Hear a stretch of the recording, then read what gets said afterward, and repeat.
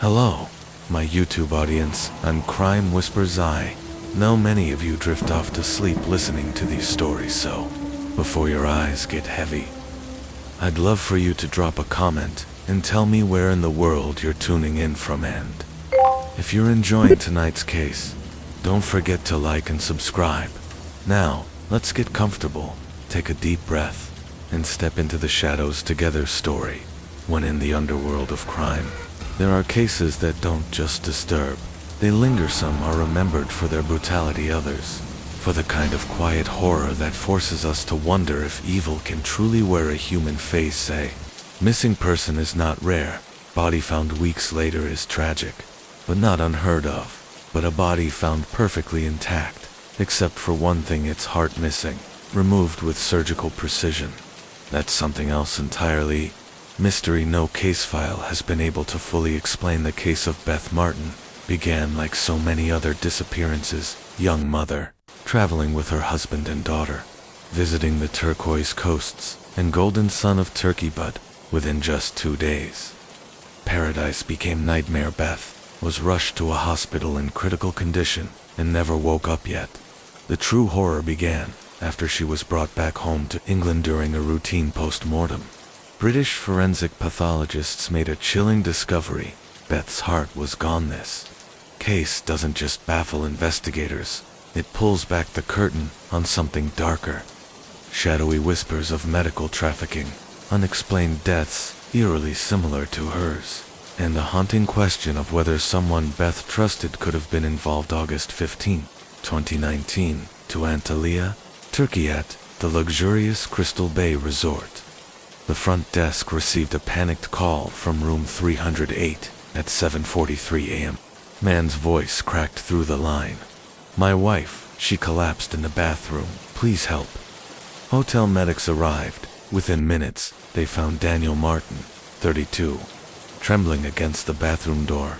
On the cold marble floor lay Beth, face down, soaked hair clinging to her skin, her thin nightgown drenched. No pulse, no breath. Paramedics rushed her to Antalya General Hospital by 8:32 a.m. She was gone. The attending doctor wrote the cause of death as sudden cardiac arrest. No injuries, no toxins, no sign of foul play.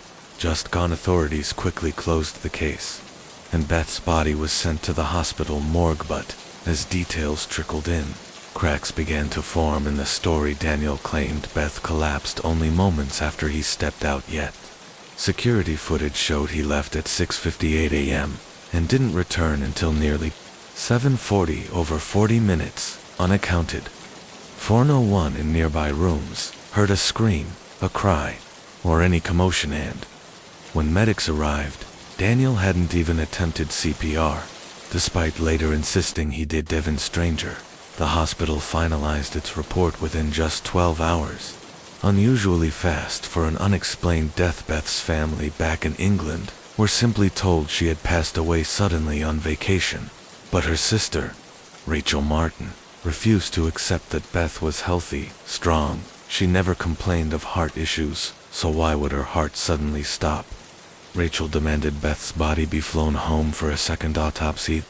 That decision would uncover a truth so chilling no one was prepared for it. August 22nd, 2019, Nottinghamshire, England. After a week of paperwork and eerie silence from Daniel, Beth's body finally arrived home. By UK law, any uncleared death abroad must undergo an independent forensic examinations. Senior pathologist Dr. Louise Morrow led the procedure. What she found was beyond comprehension. The heart was gone, she later said, completely absent. The chest cavity was hollow. No heart, nothing but dried tissue where it should have been. Even more disturbing, Beth's body had no large incisions, no autopsy cuts, no stitches. Her skin was smooth, except for a razor-thin line near her collarbone, almost invisible to the naked eye under a microscope.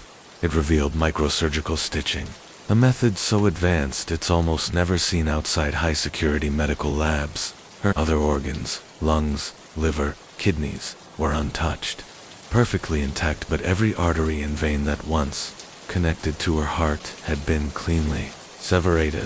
if by someone with extraordinary surgical skillet, led to one chilling conclusion. Beth's heart had been deliberately removed when Rachel was told. She couldn't comprehend it at first.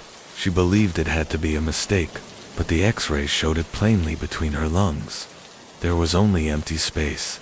The Antalya hospital had no records of any autopsy, and when UK officials requested reports, they received only a 2-page document stating, "Cardiac arrest unknown, 'cause no autopsy required."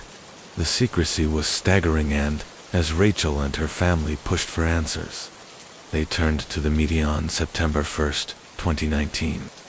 The Guardian broke the story, and the mystery of the missing heart began to unravel before the world. The story hit headlines with a chilling punch. British woman dies in Turkey, heart missing after repatriation within just 48 hours. The mystery of Beth Martin had spread like wildfire. Major outlets from the BBC and Daily Mail to Le Monde and the New York Times picked it up, each crafting headlines as eerie as they were. Unforgettable tourist dies on holiday. Who took her heart? Beth Martin in Europe's organ trafficking shadow. A heartless corpse? Questions linger over global forensics. The world recoiled. This wasn't just tragedy, it was something far darker, and as public outrage mounted, the UK Foreign Office was forced to act. They issued a formal diplomatic demand for a full reinvestigation into how Beth's body was handled in Turkey simultaneously. A domestic probe into potential transnational organ trafficking was launched back in the UK for Beth's family. Grief had curdled into fury. They no longer wanted vague answers. They wanted justice, and above all, they needed to know, where did Beth's heart go, and why, before she became the center of an international nightmare. Beth Martin lived a life almost painfully ordinary, a literature teacher from Nottinghamshire, England, a young wife, a new mother, and a woman simply trying to salvage the fading spark in her marriage born in 1990. Beth grew up in a modest home. Her father, Michael, a retired postal worker, sidelined by a spinal condition, and her mother, Eleanor, a nurse at a small local clinic. Beth was quiet, reserved, and deeply sensitive while other kids played outside.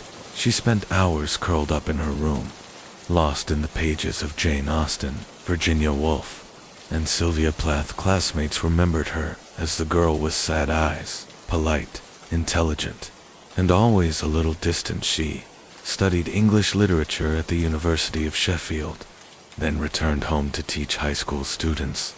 Her classes were known for their warmth. She encouraged empathy, emotion, and independent thought. In 2015, Beth met Daniel Martin, a financial advisor, at a local book fair. Their romance was quiet, their wedding understated to the outside world. They seemed steady, unremarkable even, but close friends noticed cracks. Beth dodged questions about her husband, and their home life grew increasingly silent. In June 2018, they planned a trip to Turkey, a sun-drenched Mediterranean coast lined with luxury resorts. Daniel told friends they wanted to reconnect. Beth, however, hinted at something deeper in one brief message to her sister. She wrote, "I'm going away for a bit, hoping to catch my breath. Don't worry if I'm offline."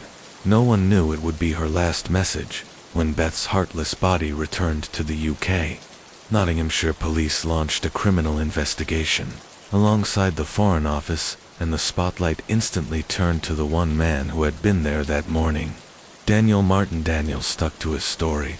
Beth had felt unwell after swimming, gone to rest, and collapsed while showering. He claimed he left briefly to get coffee and returned to find her lifeless on the bathroom floor, but the hotel's security cameras told a different tale. Daniel was seen leaving their room at 6:58 a.m. and didn't return until 7:40, a gap of nearly 40 minutes.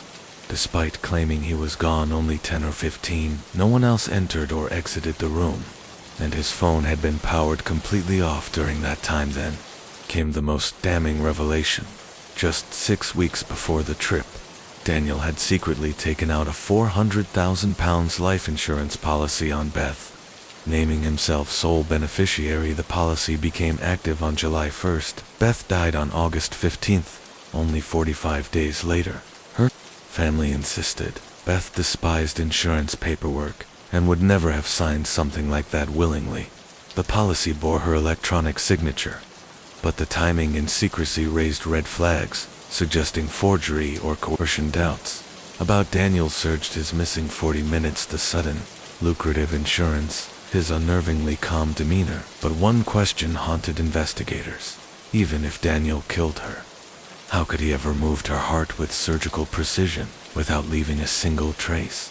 If the hotel wasn't the crime scene, maybe the answer lay elsewhere. The focus shifted to Mumra's hospital, a private facility on Antalia's outskirts, where Beth had been taken after Daniel's emergency call. The hospital's report listed acute cardiac arrest as the cause of death. They claimed there were no signs of violence, that Beth's body had been embalmed and prepared for repatriation per protocol. But when British authorities demanded full medical records, photographs, and a comprehensive autopsy report, Mumra's hospital sent back only a flimsy 2-page PDF and a single doctor's signature.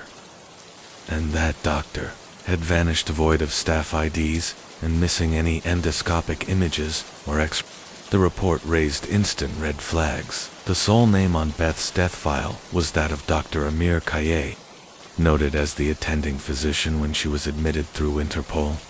UK police urgently requested Turkish authorities summon Kaya for questioning about the handling of Beth's body, but the response from Antalya police was deeply troubling. Dr. Kaya had vanished. Records showed he abruptly took an extended leave, just 24 hours after signing Beth's death certificate, and then disappeared entirely. His family claimed he left for a mountain retreat, after which all contact ceased. The uncanny timing of a doctor evaporating right after processing a corpse found without a heart sent shockwaves through the investigation. Began to suspect something far darker. Ties to an international organ trafficking network. This suspicion was reinforced by Turkey's recurring presence in recent UN reports on illicit organ harvesting in private clinics. Then came a bombshell: a Camorra Daily journalist, posing as a medical worker, infiltrated Marmara Sands hospitals. Morgue leaked photographs showed storage units marked only with codes, not names. At least 2 bodies had no identification whatsoever. An anonymous insider whispered, voice shaking, "This isn't the first time bodies come in and vanish like this. It's always fast and frighteningly clean." As the threads tightened, the doctor's disappearance, Daniel's unexplained 40-minute absence, and the heart's eerie vanishing, the Beth Martin case morphed from a travel tragedy into an international nightmare. Beth's missing heart wasn't just an organ anymore, it had become the linchpin too, exposing a monstrous global crime. British police forwarded forensic data from Nottingham to Europol's unit for transnational medical crimes. Weeks later, they received a chilling match from the database: the surgical technique used on Beth, endoscopic extraction, leaving almost invisible incisions, mirrored at least 6 other mysterious deaths over the past 3 years. Each victim died while traveling in Mediterranean nations, each body processed by private hospitals, and each returned home missing vital organs. 3 of the victims had died in Turkey, 2 in Greece, and 1 in Egypt. Alarmingly, all 6 were linked to the same shadowy private medical network, the very one that included Marmara Sands. Europol official explained, "These aren't random thefts like in films. It's a slick, coordinated system. One group identifies victims, another extracts the organs, and a third ships them to affluent black market buyers, often in the Middle East. A healthy heart from a young, disease-free woman like Beth could fetch upwards of $250,000. A leaked OCCRP investigation backed this up, exposing how certain Turkish private hospitals were suspected of covertly harvesting organs from suddenly deceased foreign patients. They rushed through death certificates, restricted family access, and shipped bodies out within 24 hours, exploiting legal loopholes when no criminal suspicion was initially raised. Then, A harrowing digital twist emerged. Investigators traced a dark web account named Nightingale_Heart88 selling human organs. One decrypted message referenced, "Healthy heart. Female. 28 code 0728. TK." This chillingly matched Beth's age, and the date of her death worse. The account had connected from a temporary IP address traced to the same Antalya hotel, where Beth and Daniel stayed. That IP later vanished, but not before transferring $250,000 in cryptocurrency. 3 days after Beth's death, investigation's question pivoted. Had Daniel, the man Beth trusted most, conspired to sell her heart? Despite the global media frenzy, the case soon collapsed into a cold, dead end. Daniel Martin, chief suspect, widower, and sole beneficiary of a £400,000 life insurance policy taken out weeks before Beth's death, was never charged, his lawyer told reporters. He may seem detached, but suspicion is not proof. There's no blood, no fingerprints, no footage of him harming his wife. Investigators had only circumstantial clues: his unexplained absence, the suspicious policy, and a crypto transaction mirroring a black market heart's value. Not enough for court. Meanwhile, Dr. Kaya remained a phantom. An international warrant was issued, but no records showed he legally left Turkey. Some theorized the trafficking ring eliminated him to sever loose ends. Months later, Marmara Sands Hospital abruptly shut down, citing financial hardship. Its owner vanished. All patient files, staff records, and financial logs were wiped before authorities could seize them back in Nottingham. Beth's family descended into despair. They filed petitions with human rights organizations and international bodies, begging for a reinvestigation. They founded a memorial fund for families of people who died mysteriously abroad. Beth's mother, Eleanor, broke down in an interview. "We can't even lay her to rest, because her heart isn't in that coffin then." In July 2022, 3 years after Beth's death, a final sinister spark reignited the nightmare. Nottingham police received an anonymous email. It contained a grainy endoscopic image of a heart in a glass jar, and a note, code 0728TK, the heart that never forgets. The message traced back to a Belarusian server. The sender vanished. Was it a cruel hoax or the final taunt of the network that had stolen Beth's heart? Despite years of effort, justice never came. No charges, no arrests, no answers. Daniel Martin now lives quietly in a northern English village, refusing interviews.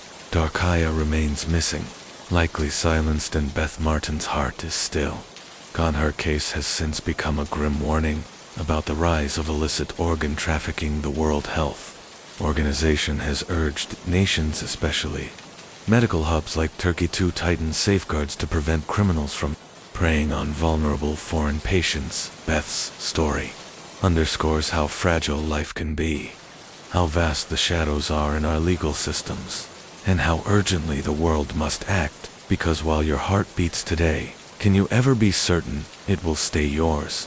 Will your heart still beat tomorrow? Beth Martin's is silent now, yet her story echoes on a haunting reminder that even in a world numbed by cruelty, justice and humanity must endure. Story 2. The court would later describe the killer's actions as so brutal, so abhorrent, that only a life sentence could reflect the gravity of his crime. The level of cruelty shown placed the murder firmly among the worst imaginable. This case takes us to Sydney, Australia, April 27, 2010. It was around 6:30 p.m. In the quiet suburb of Chatswood. The streets were calm, filled with people returning home from work. Then, the stillness shattered. Desperate screams of a woman pierced the air. A couple out walking their dog on Holland Street stopped in their tracks.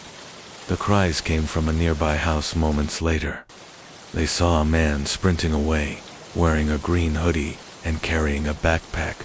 They tried to stop him, but he vanished into the evening. As they approached the house, they found a woman collapsed on the veranda. The scene was horrific. It was clear there was no hope of saving her. The victim was 58-year-old Michelle Beats, murdered on her own doorstep. Michelle had just returned from her shift at the Royal North Shore Hospital, born in New Zealand. She had attended Epsom Girls' Grammar in Auckland and once worked at Green Lane Hospital's heart department before relocating to Sydney. For 25 years, she had served at Royal North Shore. The last decade as a nurse unit manager, her work was demanding long hours, relentless pressure. Yet Michelle faced it all with quiet strength. Colleagues described her as reserved but formidable. Someone who never tolerated nonsense. She was admired, respected, and deeply loved. That made the news of her murder all the more unthinkable at first. Investigators considered whether she had interrupted a burglary, but that theory quickly fell apart. The power to her house had been deliberately cut at the junction box near the front door, disabling both the outdoor sensor light and the alarm system. The shed door had been tampered with. This wasn't random, it was an ambush. Michelle had been attacked with chilling precision. Her throat was slit, and she was stabbed multiple times in the chest, head, and neck before being left to bleed to death. Police quickly shifted their focus to her professional life. Michelle had previously reported drug theft at the hospital, which had led to a staff member being fired. Could a bitter ex-colleague be seeking revenge? More than 20 evidence markers traced a path away from her property, Johnson Street, likely the killer's escape route. Detectives appealed to the public for help identifying the man in the green hoodie. Michelle's day had otherwise been ordinary. She went to work, bought groceries, and returned home to the house she shared with her partner, David, who was swiftly ruled out as a suspect. Chatswood was a low-crime suburb, and residents were shaken at the hospital. Her colleagues were devastated. NSW Health described Michelle as a valued and esteemed colleague, friend, and mentor. Dr. Robert Day, deputy director of her department, called her a friend and leader.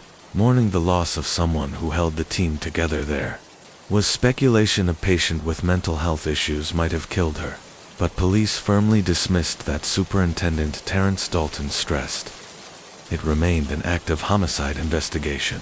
We're looking into every aspect of her life, colleagues, family, friends. Nothing is being ruled out. They also shut down rumors that David was in protective custody on the night she died. Michelle had planned dinner with David and an old childhood friend, Fran, visiting from New Zealand for a dragon boat competition. When Fran heard the news, he was shattered. The gruesome way she died is unbelievable, he said then. One name kept surfacing. Michelle had told coworkers about a man who was beginning to frighten her. 48-year-old Walter Marsh, a former U.S. Marine who had worked alongside her at the hospital. Marsh had arrived in Sydney the year before, on a 12-month contract he initially claimed he barely knew. Michelle had no conflict with her, but investigators uncovered a darker truth. His contract hadn't been renewed, and he blamed Michelle, believing she gave him bad references that ruined his chances at other jobs without employment.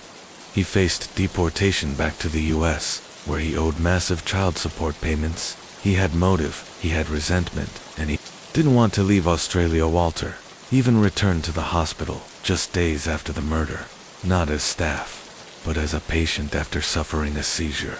Her colleagues treated the man now considered the prime suspect in her killing, though his name wasn't yet public. Walter spoke to the media under a blurred face. Did you kill Michelle Beats?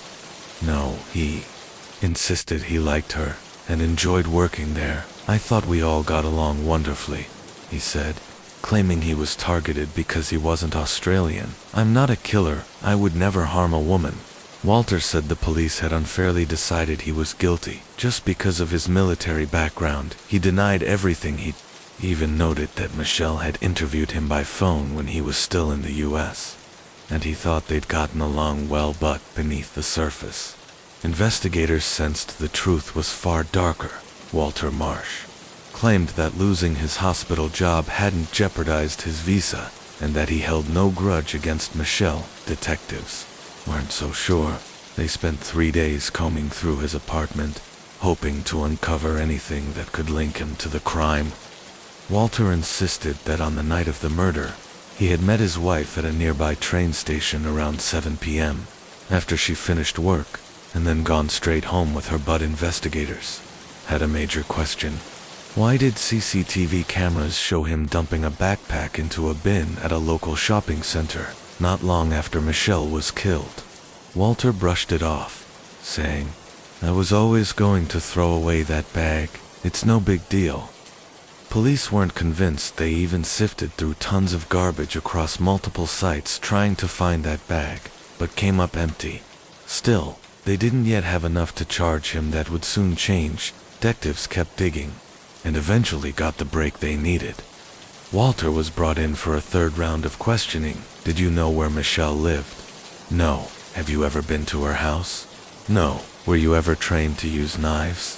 "No." Walter appeared calm and shocked, as he denied any role in the murder. "I was horrified when I heard about it, terrified that someone would do that," he said. "I'm not a killer. I would never harm a woman. The police think because I was in the Marines that I must be a killer. But I'm not." But then police interviewed his wife, and what she told them changed everything. She revealed that just half an hour after Michelle's murder, Walter had come home and said, "I did it. It's done. The underscore is gone. No more bad references." She also said Walter had practiced throat-slitting techniques on both her and her brother, military-style methods to kill swiftly and silently. Marsh was arrested at his Lane Cove apartment 3 weeks after Michelle's death. He was formally charged with her murder and denied bail. News of the arrest brought relief to Michelle's family. Her brother Marty said, "It's fantastic, of course. Now we must see justice do its course." Her father Robbie added, "I feel sorry for Mr. Marsh's wife and his family in the US. I just hope the trial will be speedy, correct, and come to a proper end." Court documents confirmed that Walter's wife and brother-in-law would testify against him, providing evidence of the confession he allegedly made. Walter remained silent to the charges, which was taken as a plea of not guilty, meaning the case would proceed to trial. He was also assessed and found to have no mental illness or impairment that could explain or mitigate his actions then. In a shocking twist, before the trial began, Walter attempted suicide in prison. Cutting his wrists and throat, he was found in his cell, alongside a note, but survived and was placed on life support after recovering in hospital. He was returned to custody to stand trial. When the trial opened, chilling details emerged about how calculated the killing had been. Walter had stalked Michelle for weeks, studying her home to learn its layout and security systems. He repeatedly called her landline from payphones throughout the day to track when she came home. Michelle had even spotted him lingering on her street, and told colleagues that he was starting to really freak her out. On the day of the murder, Michelle unexpectedly backed into her driveway rather than pulling in forward, and came face to face with him. Walter was waiting in the dark, wearing second-hand clothes bought just for that night, a balaclava on his head, and his knife freshly sharpened. He had even asked his brother-in-law to come with him to keep watch. Walter told Michelle that if she stopped screaming, he wouldn't hurt her, but he then used a Marine throat-slitting technique on her and stabbed her repeatedly. The prosecution argued that Walter had grown to hate Michelle, believing she had sabotaged his career with bad references and cost him work. He had called her a F********ing_, and said she needed to be gone. Investigators said Walter cut the power to her house and tampered with a back door to make it appear like a break-in. Michael's partner, David Grant, attended the start of the trial, saying it was finally a chance for justice. Some of the 70 witnesses expected to testify were Carmel and Gordon Bevanon, the couple who discovered Michelle's body. They had been walking their dog on Holland Street when they heard a woman scream, followed by slapping sounds. When Gordon checked for a pulse, he felt a gash in her neck, he said. Michelle turned her head to look at him as if trying to speak, and then died after making eye contact. The two key witnesses were Walter's Vietnamese wife, Samantha, and her brother. The jury heard that 3 weeks after the murder, Samantha told police Walter had confessed. The defense tried to discredit their testimony, arguing they had incentives to lie. Both received protection from prosecution for concealing a serious crime. and Samantha was granted a visa and money for accommodation after cooperating with authorities. The jury was also shown CCTV footage of a man matching Walter's build and movements walking through Chatswood about an hour after the murder. He wore a white shirt, black pants, and carried a bum bag and a plastic bag. He was seen heading west on Victoria Avenue, entering the Chatswood shopping center, going into an accessible bathroom, and then the men's toilets, before walking toward the food court and court. It was revealed that after the murder, Walter Marsh had been caught on CCTV at the Chatswood Chase shopping center about an hour after the killing. The footage showed a man resembling Marsh disposing of items in rubbish bins. Detective Senior Constable Scott Bennett testified that, despite Marsh significantly changing his appearance since his arrest, he was confident the man in the footage was him. Marsh's lawyer, however, argued that the figure in the video might not be his client, pointing out that the shopping center was well lit and busy, and that anyone committing such a violent murder would likely have been covered in blood. The court also heard chilling claims from Marsh's wife, Samantha. She said that about a month before the murder, Walter had told her he had received permission to kill from an organization in Ireland about a week before the attack. She witnessed him buy an odd set of clothes, shoes, and rubber gloves items she saw him wear once but never saw again. Samantha testified that on April 27th, shortly after the killing, Walter told her he had changed clothes in a nearby garage and disposed of the outfit, gloves, and the knife. It also came to light that in the weeks before killing Michelle Beets, Walter had been planning to kill his ex-wife in the United States over a $50,000 unpaid child support debt. Although he flew there with the intention of murdering her, he ultimately did not go through with it, prosecutors argued. This showed a disturbing pattern of premeditation when he failed to kill his ex-wife. His focus turned to Michelle by November. The jury had reached its verdict, guilty of murder, when the decision was read out. Applause erupted from the public gallery. Friends and family of Michelle were visibly relieved. Walter's reaction, however, was bizarre. He smiled, giggled, joked with his lawyer, casually sipped water, and appeared relaxed as he was led away. He even made a dismissive touch gesture toward Michelle's loved ones. Michelle's partner, David Grant, said he felt an enormous sense of relief, and her friends and family remembered her as a beautiful, kind woman who was deeply missed. Justice Derek Price described the killing as cruel, merciless, and abhorrent, declaring it fell within the worst category of murder. He said the community's interest in punishment and deterrence could only be met with the maximum penalty, life imprisonment. It also emerged during the trial that Walter had planned to approach Michelle, disguised as a Mormon missionary, to intimidate her before deciding to kill her. The judge noted that Walter had shown no remorse, ignoring the court proceedings and even refusing to stand for his sentence until prompted by his lawyer. Although Walter could appeal the severity of his sentence, David Grant said he hoped no such challenge would succeed for Michelle's family, her friends, and the investigators who had worked tirelessly on the case. The conviction brought some measure of justice and closure, while nothing could bring Michelle back. Knowing her killer would spend the rest of his life behind bars provided some comforting. The aftermath. Journalist Clementine Cuneo revealed her unsettling encounters with Walter before his arrest over 2 weeks.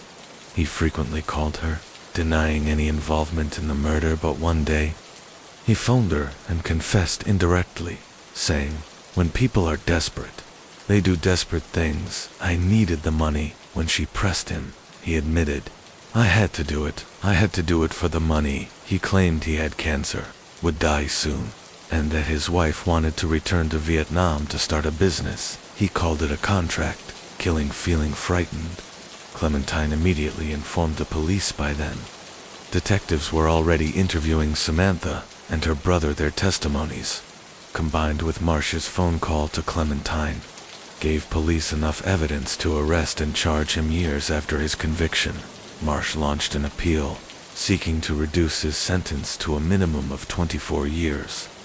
His lawyers argued that evidence about his Marine Corps knife training should not have been admitted at trial.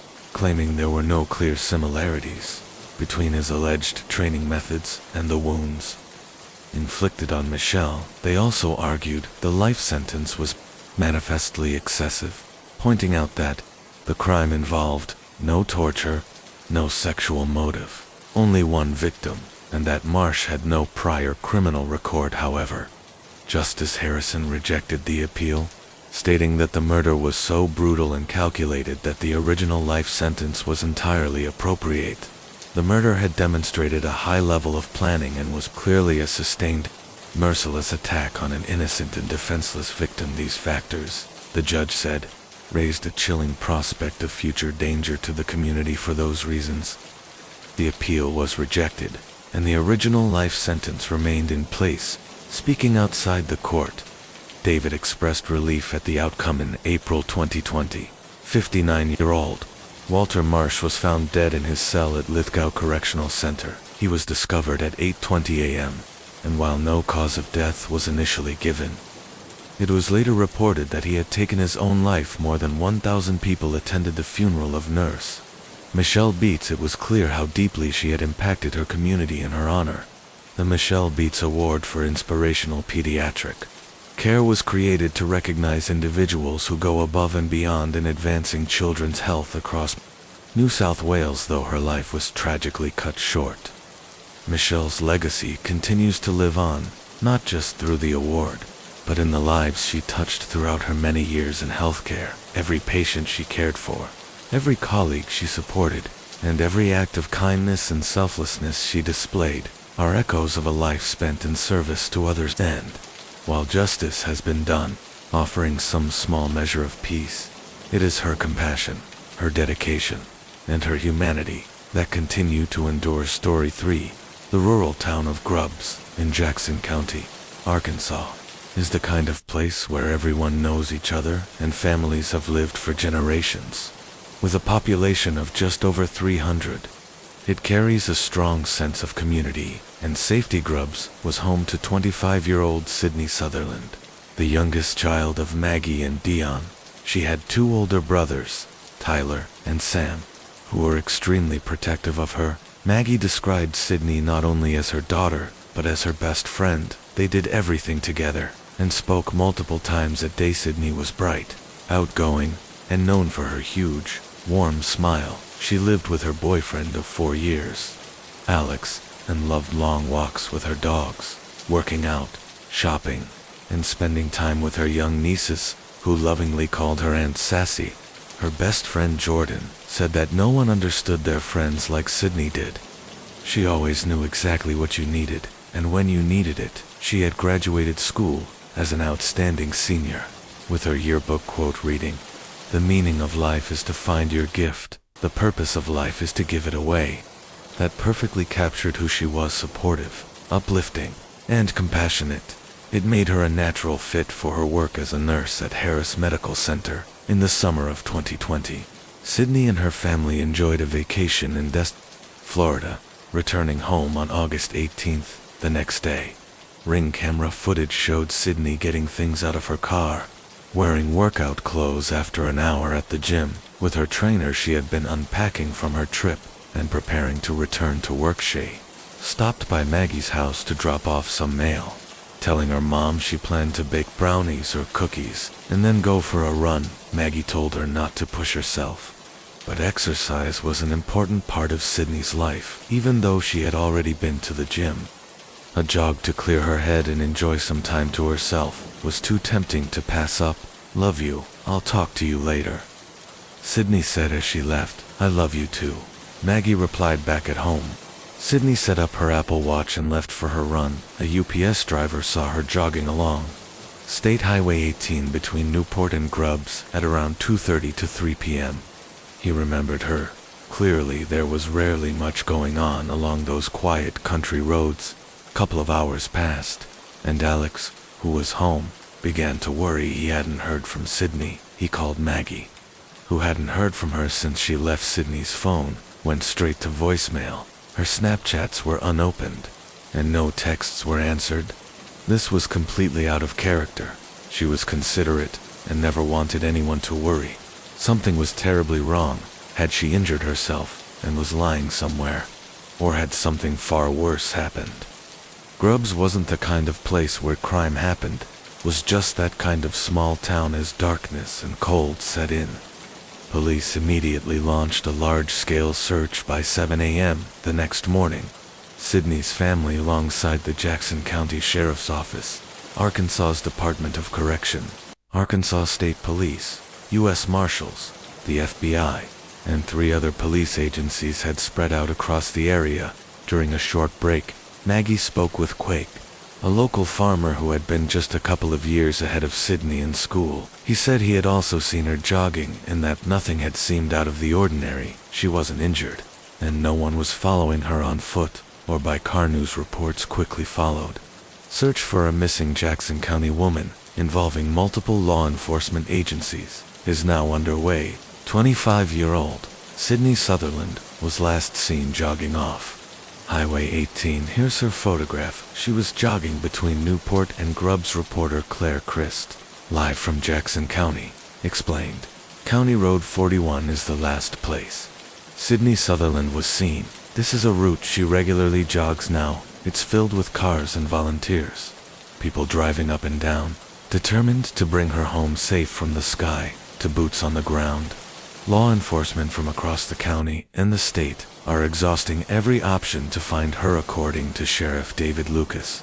Sydney was last seen around 2:30 p.m. on County Road 41 near her home, jogging. A UPS driver confirmed the sighting. Since then, no one has heard from her. She had her phone with her, and they've been trying to track its last known location, Sheriff Lucas said. With the phone pings we've been getting from AT&T, plus information from witnesses who saw her, we're focusing heavily on that general area. It wasn't just officers out there. Sheriffs, deputies, and volunteers were searching the fields for any sign of her. Anything out of the ordinary, anywhere someone might have gone off the road. Around, hitting her with his truck. Investigators believe that, after striking Sydney, Quake panicked, not because he wanted to get her help, but because he feared getting into trouble. Instead of calling for medical assistance, he loaded her into his truck. What followed was even more horrifying. According to his own confession, he drove to a secluded field, removed her clothing, sexually assaulted her, and then buried her body in a shallow grave on his family's farmland. Shocking part for the small Jackson County community was how familiar and trusted Quake had been. He wasn't an outsider. He had joined search parties, hugged Sydney's grieving mother, and even posted in Facebook groups, praying for her safe return, all while knowing he was the one who had taken her life. By the time authorities gathered enough evidence to arrest him, they had phone location data placing him where Sydney's phone and body were found. Blood on the tailgate of his truck, CCTV footage showing damage to his vehicle from that night, her clothing and hair recovered from his mother's laundry basket. Ultimately, Quake Llewellyn was charged with capital murder, rape, kidnapping, and abuse of a corpse, initially pleading not guilty. He was found competent to stand trial and faced the death penalty if convicted. Meanwhile, his wife, who had no knowledge of his actions, filed for divorce as the disturbing allegations surfaced about his past behavior, stalking much younger girls, and even harming animals. This tragedy devastated the community. Sydney Sutherland was remembered as vibrant, kind, and full of life. Vigils, candlelight ceremonies, and memorials honored her spirit, and residents who once searched the fields for her now sought justice in the courtroom. He turned his truck out into the field or backed it up, leaving weeds rolled flat behind him. White-Brown, who had come out to help with the search efforts on his day off, said he just wanted to help in any way he could. He couldn't believe something like this had happened in such a small rural community. I was kind of shocked, he said, hoping that all of their combined efforts might finally bring answers about Sydney Sutherland's disappearance. The area behind the reporter had become the staging ground for the massive search operation, Sheriff Lucas explained. There were still no solid leads, he pleaded, with the public. If anyone had seen Sydney, thought they'd seen her, or knew anything at all, to call the Jackson County Sheriffs. Office Sydney had taken her phone and her Apple Watch when she went for her run, and pings from her phone showed her last known location wasn't far from where Quake and a UPS driver had spotted her. The following day, searchers discovered her phone lying on the ground less than a quarter mile from her home. It was undamaged. Over the next 24 hours. The search grew even larger, with around 300 volunteers combing the area, but the more they searched, the more the sick feeling in everyone's stomach grew. Sydney was just 5 feet 3 inches and 103 pounds small, enough that if someone had decided to attack her and pull her into a vehicle on those quiet, winding country roads, it would have been easy. Maggie, on her hands and knees, searching along the roadside, suddenly spotted a small white bead. She knew instantly it was from Sydney's bracelet. Those who weren't searching were organizing vigils. Her disappearance had brought the entire community to a standstill. On Friday, August 21st, the search began again early in the morning. Authorities announced they were working several leads. Then, just a few hours later, the heartbreaking update came. A suspect was in custody that afternoon. Sheriff David Lucas confirmed what everyone had feared. The body of 25-year-old Sydney Sutherland had been found, buried in a shallow grave in a field near where volunteers had been searching. The medical examiner ruled her death a homicide caused by multiple blunt force injuries. Sheriff Lucas, visibly emotional, said Sydney's case had shaken him more than any other in his career. It hits me personally, he said. I know the family. I know Sydney. I watched her grow up. She went to school with my girls in the days since she vanished. The town had rallied together, united in grief at vigils. People spoke of her firecracker spirit, her sassy but kind and compassionate nature, and her quiet way of helping others. She didn't need recognition. One friend said she was just a silent servant. 2 days later, investigators named their suspect, 28-year-old Quake Llewellyn, the same man who had told Maggie he'd seen Sydney jogging, the same man who had joined search parties, posted in Facebook groups, and even hugged her grieving mother. Maggie recalled feeling uneasy around him that day. Something's wrong, she told others.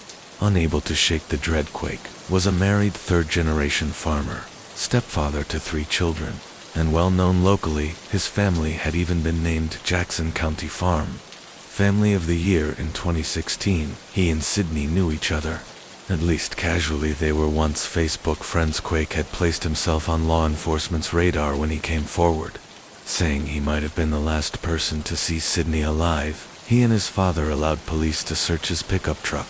Detectives immediately noticed blood on the tailgate phone.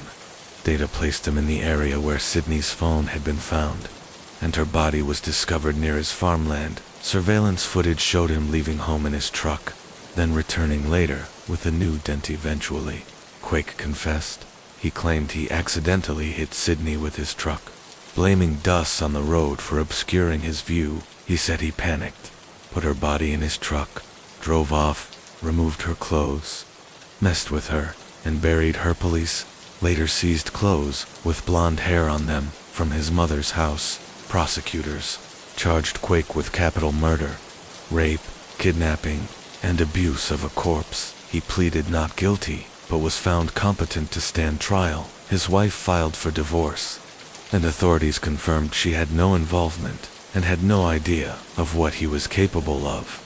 Locals shared disturbing past incidents, allegations that Quake had tried to watch women undress or shower, stalked younger girls, and even harmed animals. Investigators concluded he had been driving west on County Road 41 when he saw Sydney, deliberately turned around, struck her with his truck, abducted her, sexually assaulted her, and buried her. Sydney's funeral was packed. So many wanted to honor her that it was streamed online. Quake insisted he hadn't hit her on purpose, but prosecutors believed otherwise. He told a psychologist he had simply tried to forget about killing her and gone back to work as if nothing had happened, allegedly saying, "I knew I didn't kill her on purpose." Prosecutors offered a plea deal, which Sydney's family reluctantly accepted to avoid further trauma. They agreed to drop the death penalty and dismissed the kidnapping and abuse of corpse charges. Sydney's boyfriend's mother said, "I hope they don't go for the death penalty. I want him in general population for life. Let prison deal with him. The death penalty would be too easy in court." Sydney's mother Maggie gave a powerful victim statement, demanding Quake look her in the eyes. "She was not yours to take. The hands you hugged me with are the same hands you killed her with. Did she fight you? Did she cry? Did she ask for her brothers? Was it really worth it?" Quake was sentenced to life in prison without paroles, Maggie said. "We've waited 408 days for this. He's finally been held accountable. Now I never have to worry about him again." Sydney's community continues to honor her each year. Runners wear her favorite color pink and take part and finish Sydney's run, completing the 819-mile route. She never finished, friends say with every step. They feel her spirit. The overpass near where she was running has been renamed the Sydney Sutherland Memorial Overpass, and the bead Maggie found during the search lives on a bracelet on her wrist. The Sutherland family created a foundation in Sydney's name and a scholarship for Arkansas State University students pursuing medical careers. Her friend Melanie said it best. "Sydney's life was beautiful. She was probably the best part of what any human wants to be. Just blacked out. One minute she was standing there, and the next she was on the ground when he was pressed further." The fragments of his story came out. He claimed he had been high on drugs at the time and that things had spiraled out of control. But investigators didn't believe he had simply blacked out. The level of brutality pointed to something deliberate. Whitaker's account continued to shift. At first, he denied knowing Eliana, then admitted to approaching her, then to attacking her, and eventually to killing her. Detectives said his words lacked emotion, remorse, or any real acknowledgement of the horror of what he had done. The evidence against him was overwhelming. His DNA was found on Aliana's body, on items inside the abandoned house, and on the tools used to torture and kill her. Security camera footage showed him following her from the bus. There were also shoe prints matching his footwear. At the crime scene, the community's grief turned to anger. Aliana had been just 14 years old, a vulnerable young girl who had her entire life ahead of her, and the man accused of her murder had already been a convicted sex offender who was somehow back on the streets. People questioned how he had ever been released. Whitaker was charged with aggravated murder, kidnapping, rape, tampering with evidence, and abuse of a corpse. Prosecutors announced they would be seeking the death penalty, citing the aggravating factors of his prior sexual offense, the torture involved, and the victim's young age. The trial began in March 2018. The courtroom was packed. Family, classmates, teachers, and community members who had followed every painful detail of the case. The prosecution laid out a grim timeline of what Aliana had endured, how she was lured, beaten, tortured with tools, sexually assaulted, and left to die alone in the cold, abandoned house. The medical examiner testified about her extensive injuries, bringing many in the courtroom to tears. Whitaker showed little emotion during the trial. The defense tried to argue he had been on drugs, that he didn't fully comprehend what he was doing.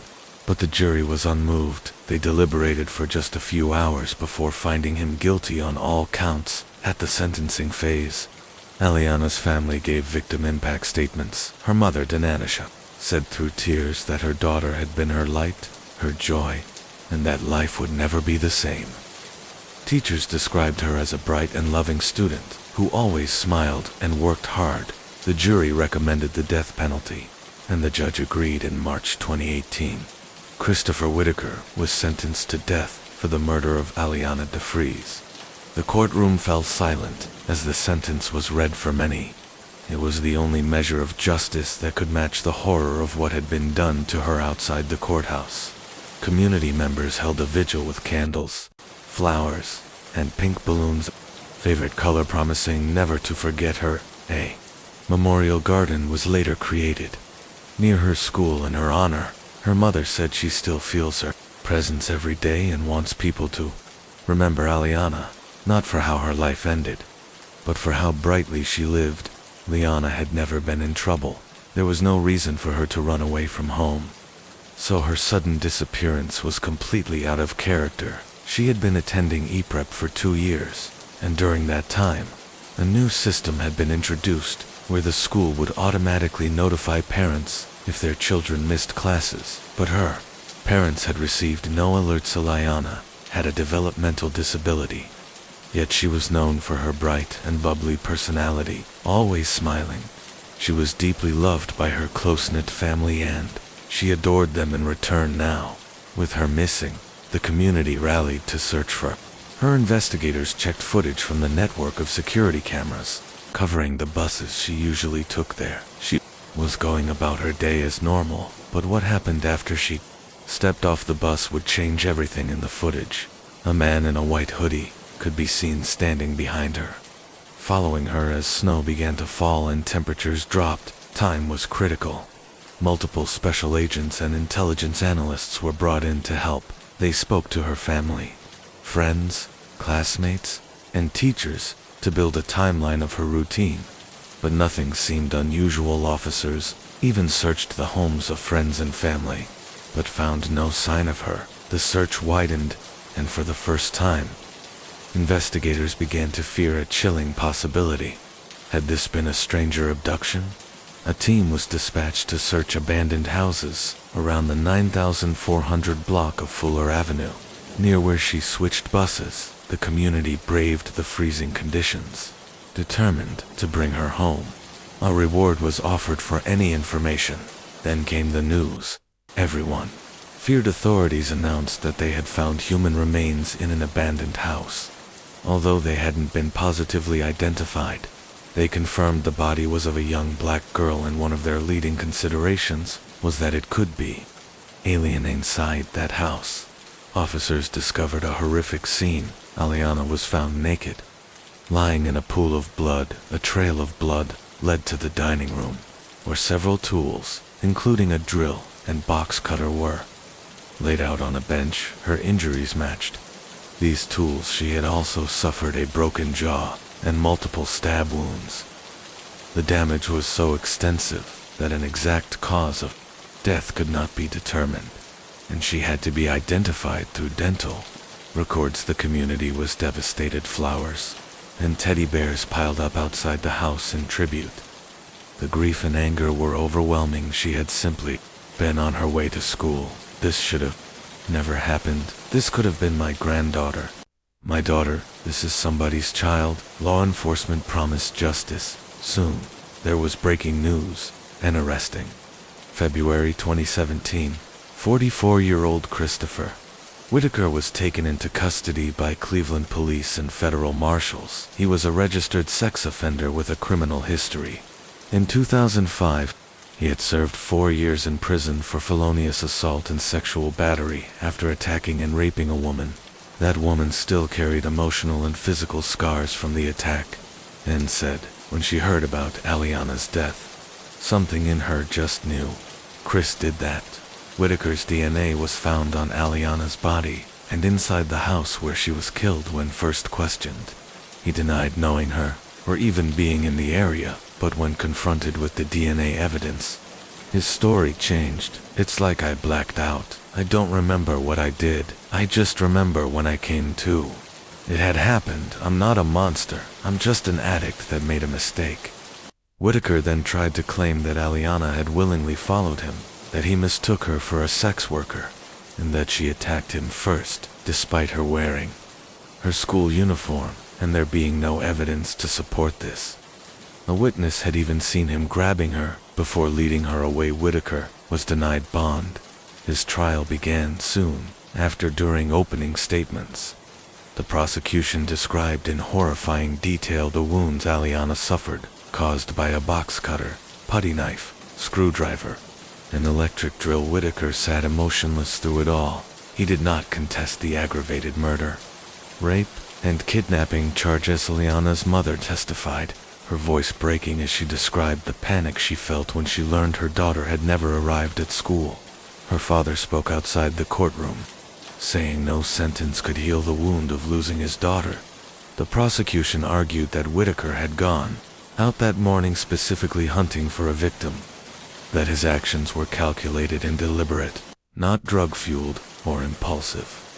The defense admitted the crime but tried to blame drug abuse, saying it impaired his self-control. On March 13th, the jury reached their verdict in the matter of the state of Ohio versus Christopher Whitaker. The jury do find the defendant guilty of aggravated murder, one by one. The guilty verdicts were read for each charge. Whitaker addressed the court, saying he regretted his actions and accepted responsibility. Then came the penalty phase. Would he face life in prison or death? The judge agreed with the jury. Christopher Whitaker was sentenced to death, plus 48 years for additional charges, including obstruction of justice, aggravated burglary, felonious assault, rape, and abuse of a corpse. Alia's family had hoped for life without parole, but they respected the court's decision. The community grieved together, vowing to honor her memory and fight to keep children safe. Her father remembered how he used to warn her about staying alert, telling her, "That's how it's going to happen. Aliana, what are you going to do?" But nothing could have prepared them for this tragedy. And keep my mind right and my spirit right. Excuse me so I can look at this _coward. You're addressing the court, Mr. DeFries. Not me, I said. Enough, thank you. Your Honor, thank you. When it came to sentencing on the non-capital charges, the court appointed Mr. Almodovar to represent Christopher Whitaker later.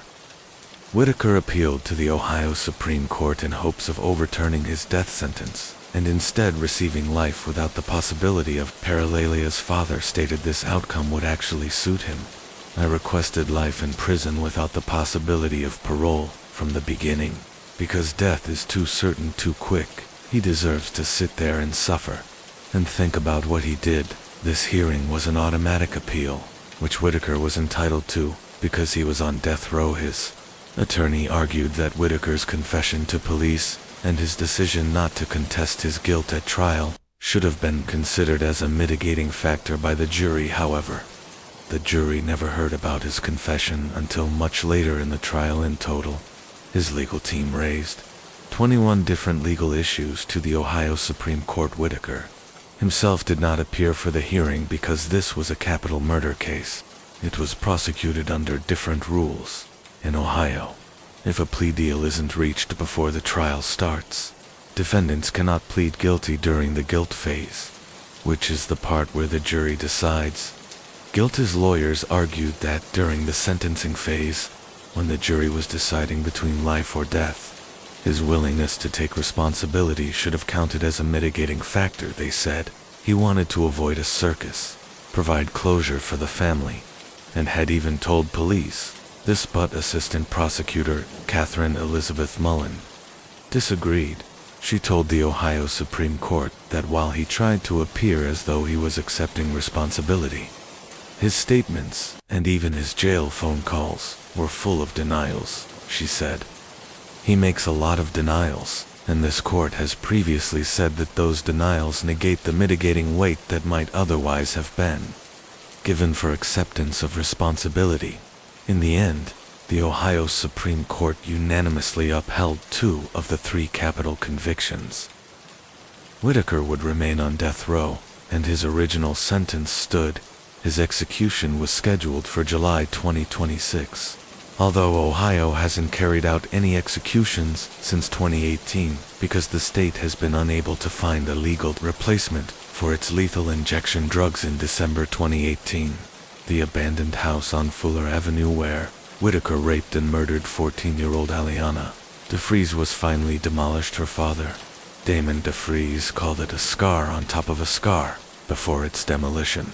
The house had become dangerous again. The back doors had been kicked open, boards torn from the walls, and people were getting inside.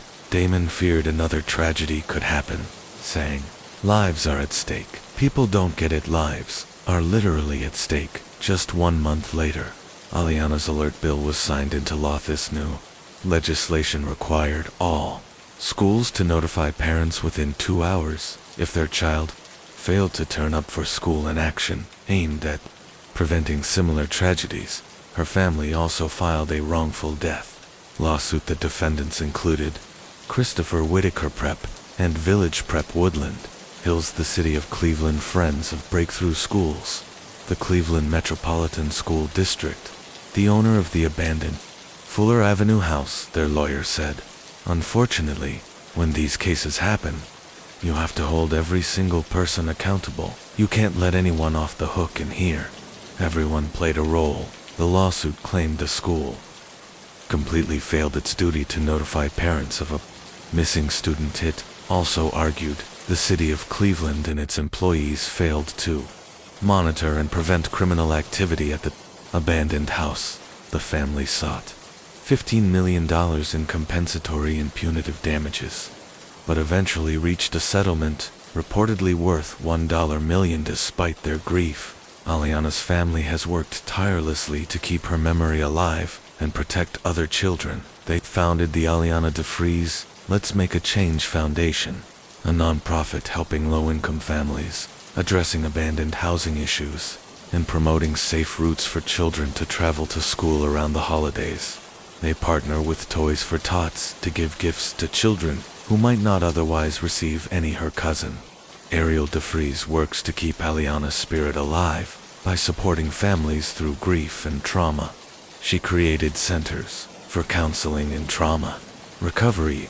You might also have seen the walls of love around Cleveland and even around the country filled with free essential items for anyone in need. The group recently celebrated their 500th wall, which they dedicated in Aliana's honor. Aliana DeFries was a bright, creative, joyful young girl who should have had her whole life ahead of her. The grief her family has endured is unimaginable, yet in the midst of tragedy, they have chosen action over despair, turning their pain into purpose through education, advocacy, and community service. They've built a legacy in her name, one that protects other children and keeps her light shining. This was a crime that should never have happened, but from its devastation has come a call for change, perhaps the most powerful testament of all to someone who should still be here. Story 5. 17-year-old Mackenzie Cowell lived in Wenatchee, Washington,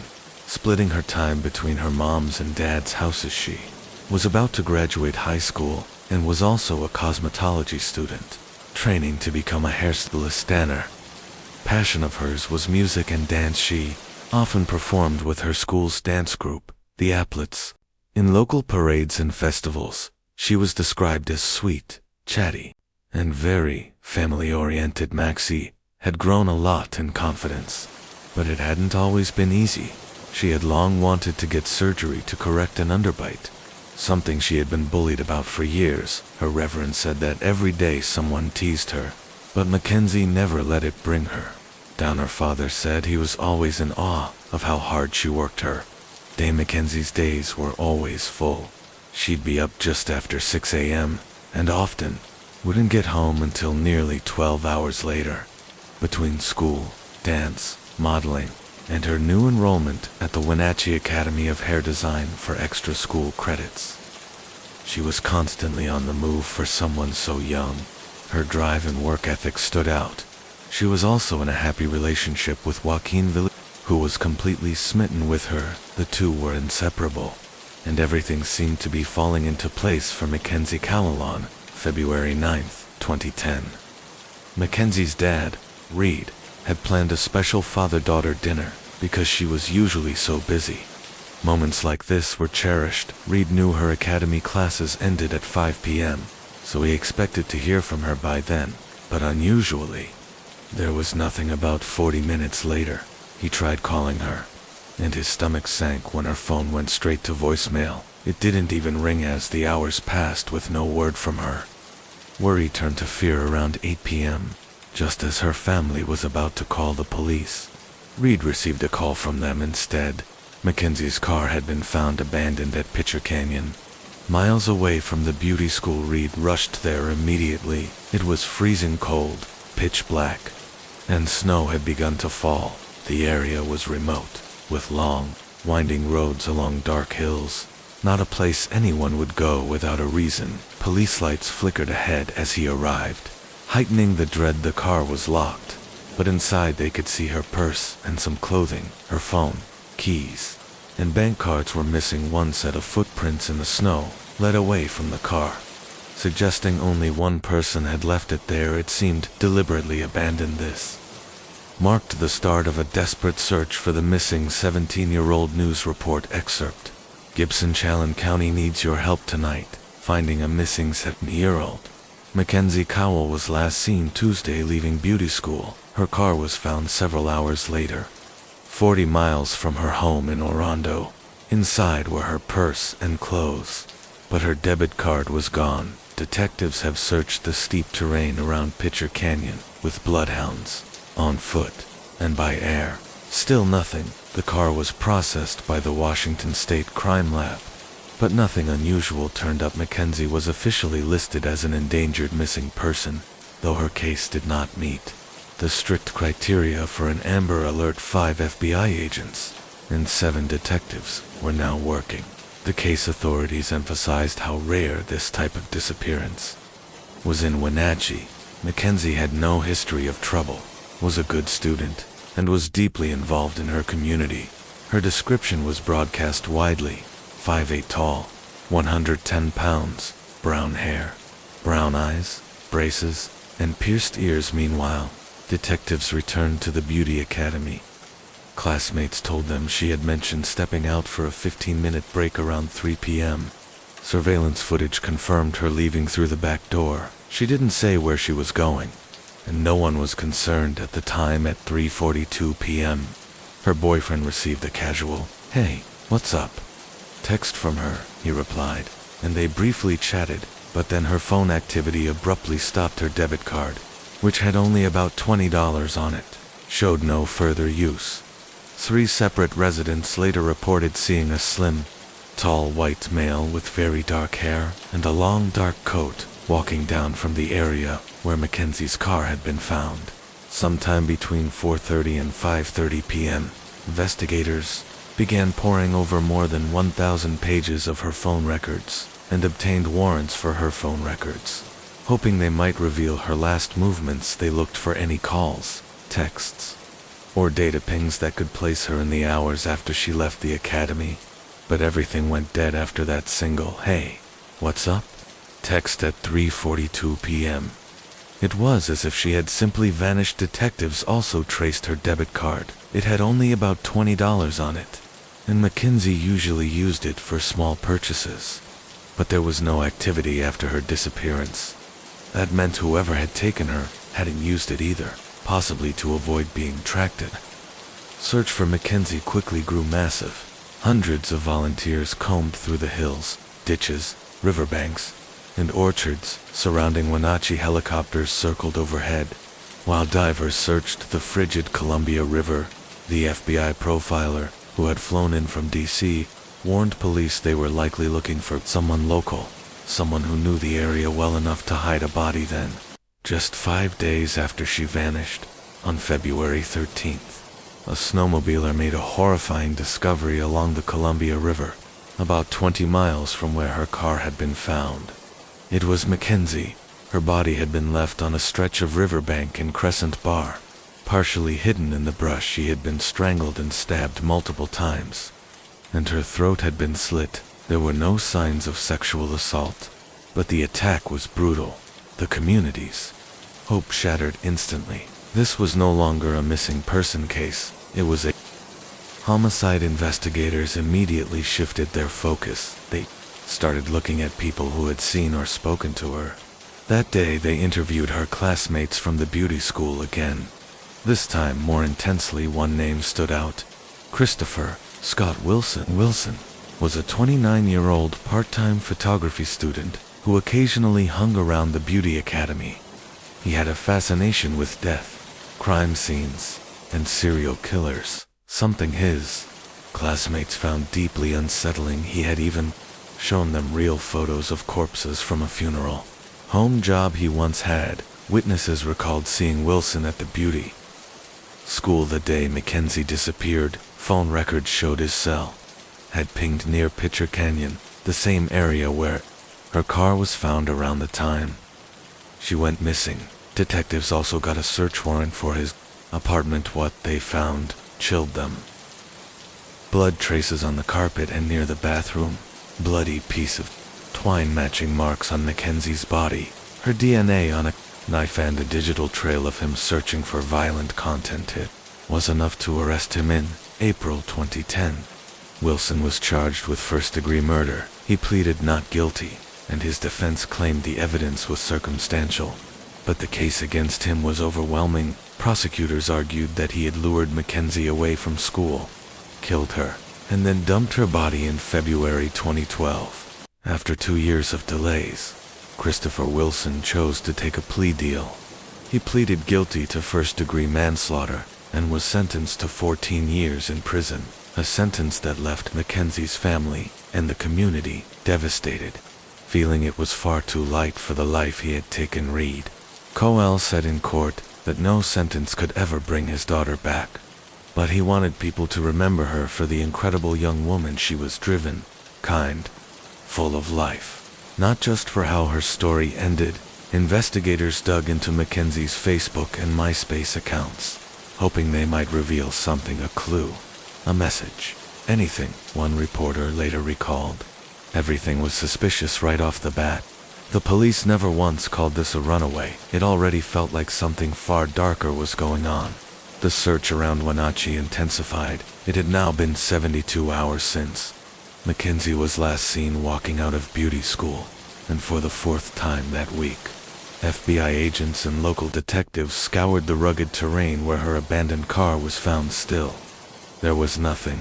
No trace of her. Flyers went up everywhere across the city, pleading for anyone to come forward if they had seen Mackenzie or her car. But after 4 agonizing days, everything changed. Breaking news spread through Douglas County.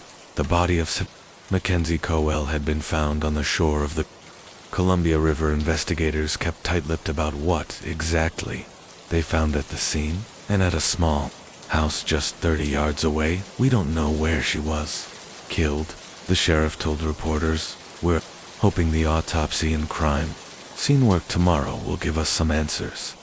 Mackenzie was still wearing her beauty school uniform. The autopsy revealed she had been beaten, stabbed, and strangled. She had no drugs or alcohol in her system, and she had not been sexually assaulted. But the attack was chilling. Her throat had been slit. A serrated knife was lodged in her shoulder, and there had even been an attempt to cut off one of her arms after death. Duct tape was also found nearby. Dive teams returned to the river, sweeping the water around Crescent Bar where she was found. Detectives admitted they had no suspects, no clear motive, and no idea yet if her killer was someone she knew or a total stranger. Word of her death spread like wildfire through Wenatchee High School as police broadened their search across to eastern Washington counties. They examined every text, call, and ping from her phone but came up empty.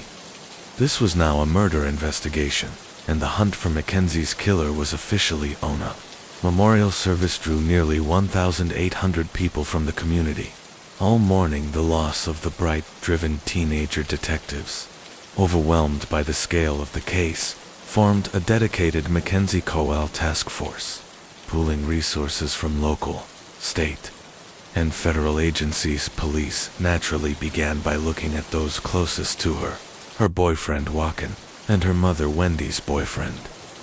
Joey Mackenzie's parents were never considered suspects. Joey even took a polygraph and reportedly failed one crucial question: do you know who killed Mackenzie? He insisted he had no idea, and didn't even have a hunch. He admitted he'd argued with Mackenzie the day before she went missing, but both he and Joaquin were thoroughly cleared with their inner circle ruled out. Investigators cast a wider net. Then came a shocking tip.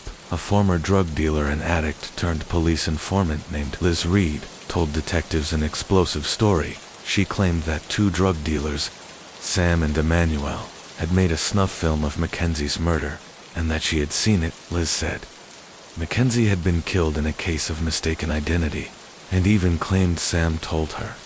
I choked that underscore to shut her up. She described the murder weapon before those details had been released to the public, and even gave police a ring she swore belonged to Mackenzie. She said Emmanuel had sent her to the murder scene to collect it, though the place she described wasn't where Mackenzie's body was ultimately found, but no one in Mackenzie's life recognized the ring, and when detectives dug into Sam and Emmanuel, their alibis checked out phone records, and employers confirmed they had nothing to do with it. Emmanuel, who had been working to turn his life around and raise his young son, said the false accusation devastated him. Detectives searched for the alleged video for weeks, but found nothing.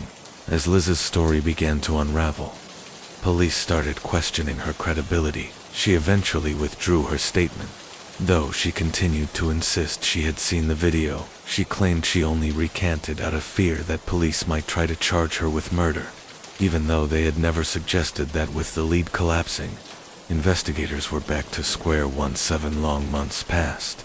Police chased hundreds of leads and interviewed more than 800 people. Progress was painfully slow, but thorough. Reed Coel said he had complete faith in the team, trusting that they were leaving no stone unturned in the fight to get answers. Still, the community was growing restless. The case remained unsolved, and the murder of 17-year-old Mackenzie Cowell had left Wenatchee living in fear. Frustrated, heartbroken, and desperate for justice, detectives had spent months chasing hundreds of leads, yet they were still no closer to finding who had murdered Mackenzie Cowell, and it had left her mother heartbroken.